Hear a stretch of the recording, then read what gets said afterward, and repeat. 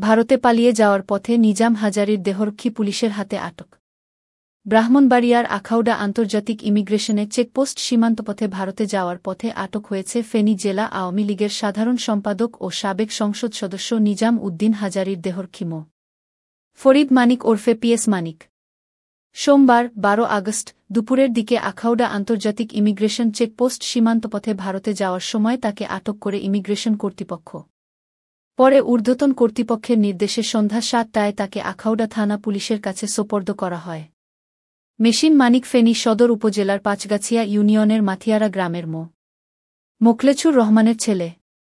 গত ৫ আগস্ট শেখ হাসিনার পদত্যাগের পর ফেনী জেলা আওয়ামী লীগের সাধারণ সম্পাদক ও সাবেক সংসদ সদস্য নিজাম উদ্দিন হাজারীর দেহরক্ষী পিএস মানিক পালিয়ে বেড়াচ্ছিল। আখাউড়া আন্তর্জাতিক immigration checkpost incharge Khairul Alam সত্যতা নিশ্চিত করেছেন।